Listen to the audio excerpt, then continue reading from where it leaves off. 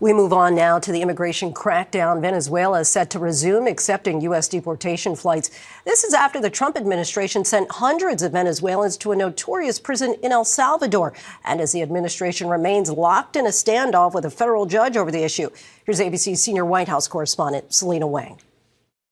Tonight, Venezuela resumes accepting U.S. deportation flights, reversing course after the Trump administration invoked a wartime law from 1798 to deport hundreds of Venezuelan migrants with little or no due process.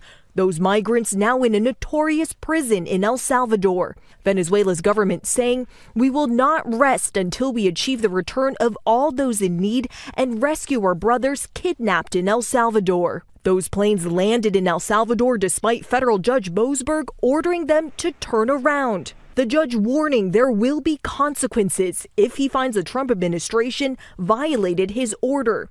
But Trump's border czar Tom Homan defiant. I don't care what that judge thinks as far as this case. We're going to continue to arrest public safety threats.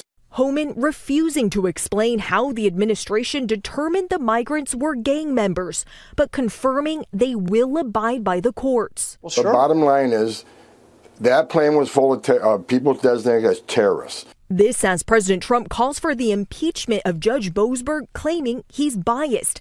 The administration will be in court on Monday to try and throw him off the case.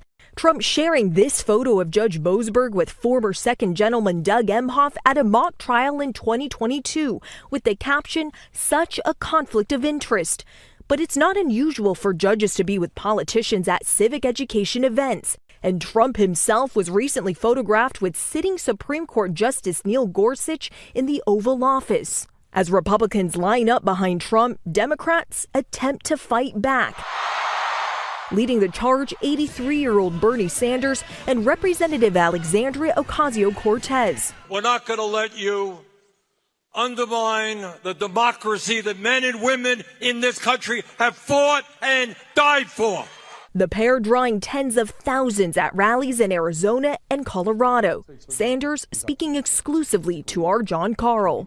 And we're not going to sit back and allow him to form an authoritarian form of society, undermining the Constitution, freedom of speech, freedom of assembly. Selena joins us now. Selena, how might the Trump administration use taxpayer data in its immigration crackdown?